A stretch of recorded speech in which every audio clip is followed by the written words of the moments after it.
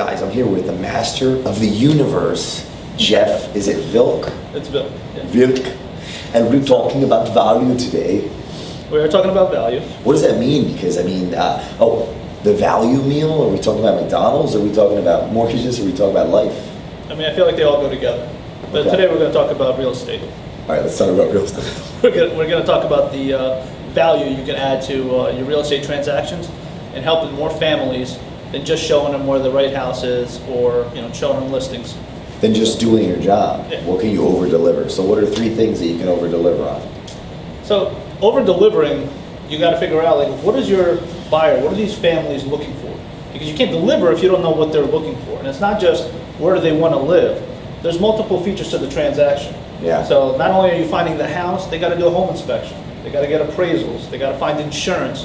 They got to get the right mortgage, title company. And all of these features, when they come together, you have an opportunity to deliver that value. They're not going to just say that you help them find the house. You help them with everything. And one of the features that I wanted to focus on, obviously, because I'm in real estate and I'm a mortgage professional, is the financing side.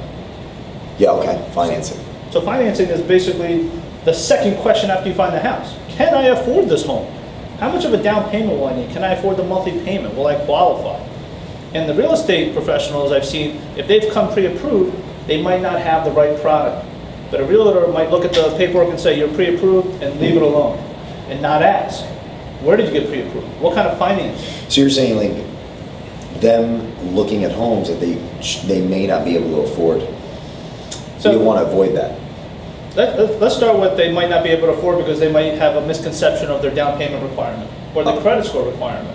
Okay. So that would be something that could dissuade you from purchasing the home. So like they haven't been guided properly with the due diligence to see maybe they actually could get the house. Correct.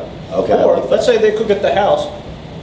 Are you asking the right questions of what kind of financing are you receiving? Do you know if there's other banks out there that can help your buyer or this family qualify for the same mortgage with less fees, lower interest rate, better payment options, no mortgage insurance? These are all things that you have the opportunity to deliver that some real estate professionals do not.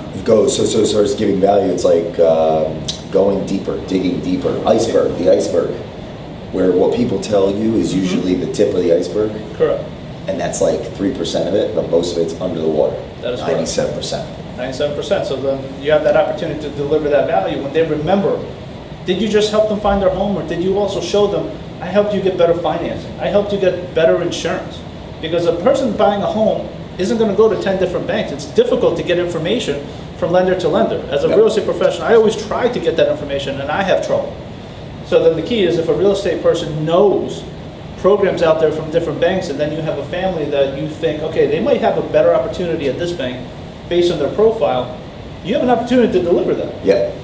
So what's the second principle, or you would expect, what the second way to add value? The first is to dig deeper. Is that what you'd call it? Dig deeper? Dig deeper, help them with the entire part of the transaction.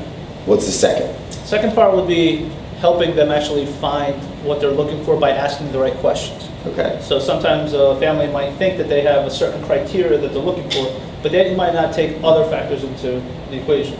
Like, for example, they want to be in the right neighborhood or school district, but they're not paying attention necessarily to the house, the expense they might be taking on, because there might be additional repairs needed. Yep. So if a realtor is looking at properties, they say this is in the right place and the right price, but when you purchase this home, you need to anticipate you're going to have X amount of repairs that are going to be required. Yeah, so taking in all the information. And at the end of the day, how do we do that if we assume? We can't assume. Correct. That'll make an ass out of you and me. Correct. Exactly right. So we've got to ask the questions. So you ask a question, but what do you do with the question? So that's the thing. It's kind of like, so some people might go through the routine. Okay. So they'll say there's a script. Yeah. Follow the script. It's a foundation. Correct. Because you want to seem like you know what you're talking about. You want to seem like you're helping, you're engaging. But if you're not utilizing that information and providing that added value by actually taking it and saying, you mentioned that you want to be in this school district, etc., but this is equally as good. The house is newer, and I think this might be a better fit. Why don't we take a look? You're adding that value by showing them an alternative. So really listening to what they're saying, the meaning behind what they're saying, and taking that decisive approach to put them where they need to go, because you're the consultant. Correct. Wow, this is powerful stuff. So the first one, really, like the first value add is maybe not so much even digging deeper with questions, but thinking deeper. And then digging deeper with questions is how we can guide them to what they need. Correct. Is that what you would think? Guide them, because you have the opportunity to know with that information they provided you, and you're more familiar with the real estate in general. You might know where neighborhoods are, where they're going. A buyer is not going to look at that. As a consumer, if I went online right now and I looked up a house, I might be looking at the age. I might be looking at the pictures, how nice are the pictures. But as a real estate professional, you know what's really going on in that house, what's going on in that neighborhood, what's happened to the houses in the area, what's going on with that school district, how close are you to public transportation if necessary, or police stations and fire stations, etc. The whole picture. Yeah. A consumer might be sighted and look at only, well, I want a nice house and I want it at this price. This is what I can afford. But then the interesting part is, okay, this is what you can afford. How did you come up with that number? That's by going deeper and adding value. Say, if you can afford this, that's fine. How did you come up with that number? Well, I don't have enough of a down payment. Okay. Did a lender tell you don't have enough of a down payment? Or do you feel you don't have enough of a down payment? Because at the end of the day, people might be able to buy something that they didn't know they could.